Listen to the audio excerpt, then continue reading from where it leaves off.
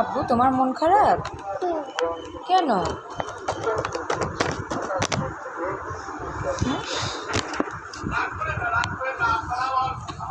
আসরা চলে গেছে? আসলে কি চলে গেছে?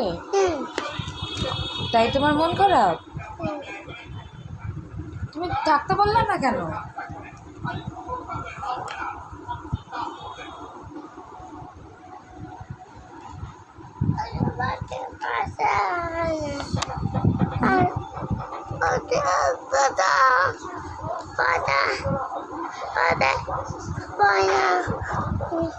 আশু পাখি পড়াই দেয় না?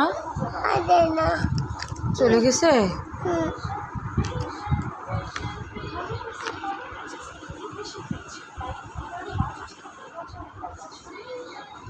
তোমার কি অনেক মন খারাপ?